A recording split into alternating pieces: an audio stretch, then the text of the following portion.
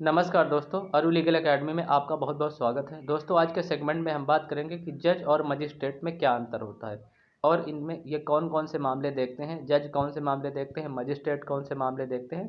तो इसके डिफरेंस में जो डिफरेंस बिटवीन जज एंड मजिस्ट्रेट, इस बारे में बात करते हैं।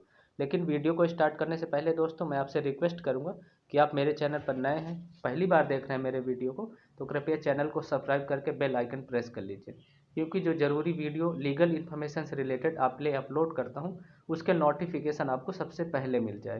तो इसलिए चैनल को सब्सक्राइब करके बेल आइकन आप प्रेस कर लीजिए। चलिए दोस्तों, वीडियो को स्टार्ट करते हैं बिना देर के हुए। दोस्तों, दो तरह के मामले होते हैं मुख्यतः। जो सिविल मामले जो होते हैं उनको व्यवहार मामले भी कहते हैं, और इनको इंग्लिश में सिविल केसेस कहते हैं और हिंदी में व्यवहार मामले कहते हैं। और जैसे उर्दू में जो बात करते हैं, इनको उर्दू में दीवानी मामले कहते हैं, आपने सुना भी होगा। और उर्दू में दीवानी मामले कहते हैं। और जो क्रिमिनल केस होते हैं दोस्तों, इनको हिंदी में कहते हैं दांडिक मामले। इंग्लिश में क्रिमिनल मैटर होते हैं, क्रिमिनल केसेस होते हैं, हिंदी में दांडिक मामले होते हैं। और इसी शब्द को उर्दू में फौजदारी मामले कहते हैं। जो क्रिमिनल मैटर होते हैं, इनको उर्दू में फौजदारी मामले कहते हैं, फौजदारी के केस होते हैं। और दोस्तों, जो सिविल प्रकृति के मामले होते हैं, इनकी जानकारी जो मिलती है वो सीपीसी के 1098 में जो कानून है, सीपीसी का कानून है 1908 का, उसमें मिलती है। उसके सेक्शन 9 से जानकारी इस बारे में मिलती है कि सिविल मामले क्या होते हैं। और दोस्तों, जो सिविल मामले होते हैं उनमें जैसे अधिकार की मांग की जाती है, क्षतिपूर्ति की मांग की जाती है। जैसे किसी व्यक्ति ने आपका कोई नुकसान कर दिया, किसी संपत्ति का कुछ कर दिया, तो उसमें आप अधिकार की मांग कर सकते हैं सिविल मामले में, या क्षतिपूर्ति की, उसकी भरपाई करने की मांग आप कर सकते हैं। लेकिन दोस्तों, कुछ मामले ऐसे होते हैं जो दोनों नेचर के होते हैं, सिविल और क्रिमिनल दोनों नेचर के होते हैं।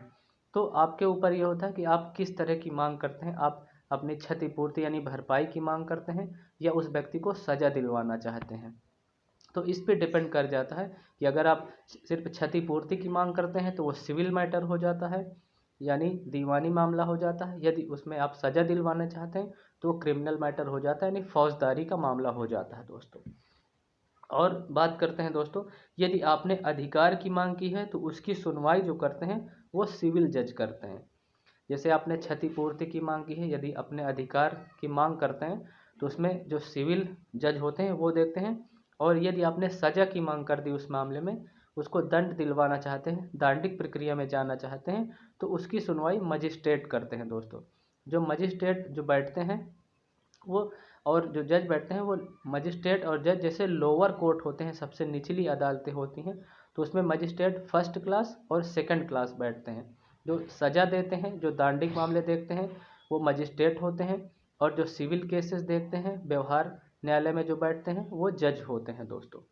और जानकारी मैं आपको दे दूं कि जो दंडाधिकारी मजिस्ट्रेट होते हैं, इसमें अंतर ये होता है कि ये जब बैठते हैं तो लोअर कोर्ट में मजिस्ट्रेट फर्स्ट क्लास और सेकंड क्लास होते हैं।